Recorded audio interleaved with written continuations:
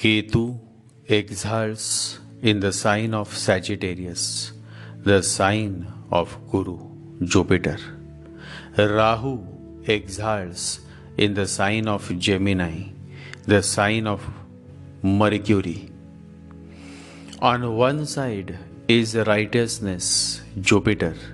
Jupiter is the master of Ketu. Jupiter is the Guru of Ketu. On the other side is intellectualism, Mercury. Mercury is the Guru of Rahu. Mercury is the master of Rahu. And Jupiter, Mercury are enemies of each other simply because their energies are in total contrast. Rahu, Ketu are also in contrast to each other. Rahu is intellect and Ketu is intelligence. Intellect is of the mind.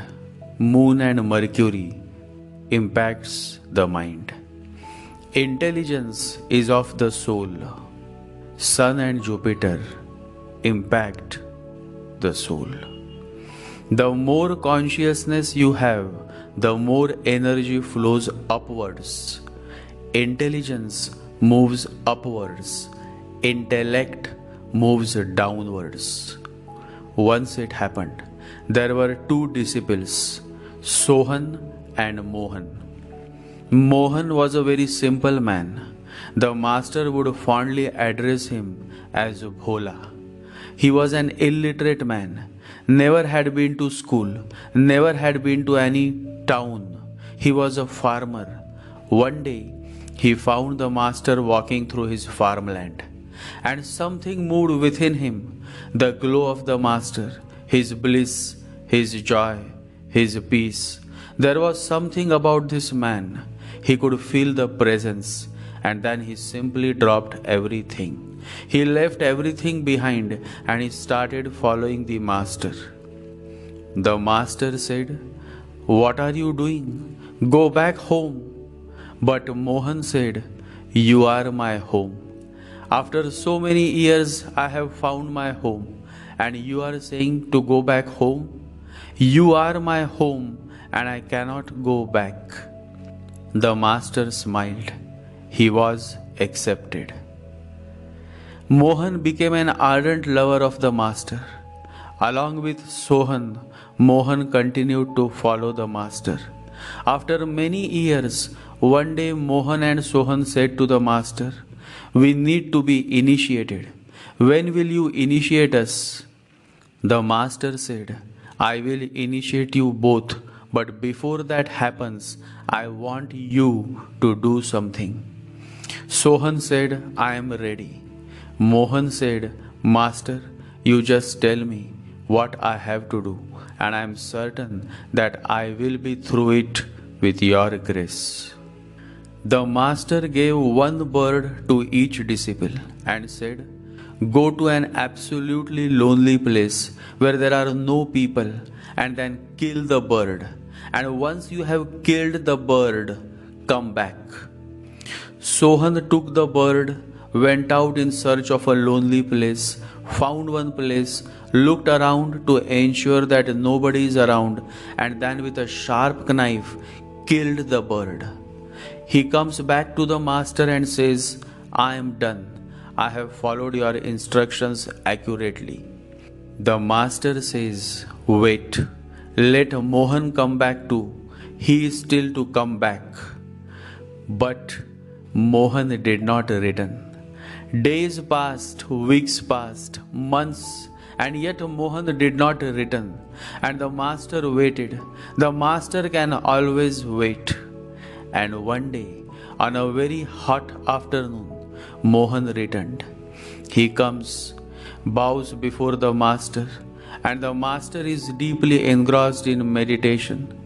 Looking at Mohan, the master smiled and said, "Where have you been? And why it took so long for you to come back?"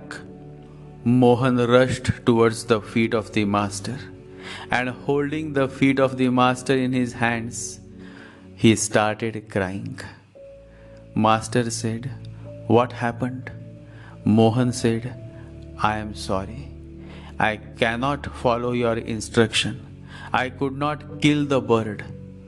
Why? Asked the master, his eyes twinkling with light. Mohan said, I took the bird everywhere, to the mountains, to the deep valleys, to the most lonely places, and yet I could not find any of these places to be lonely. Whenever I would try to kill the bird, I could feel that there is God who is watching. I tried to close my eyes, and yet I could not kill because I could feel the presence of God. I drugged the bird, made it unconscious, and yet I could not kill because I could feel God present in that bird too. I am sorry. I cannot do this. If this is the condition for initiation, then I am willing to let go. But I cannot do this because I could feel God present all around me, within me, outside me, and so there was absolutely no lonely place that I could find. I also experienced the presence of God in that bird, its innocence, its chirping, its dancing. I am sorry, but I cannot do this. And I tried for months and weeks, but I could not.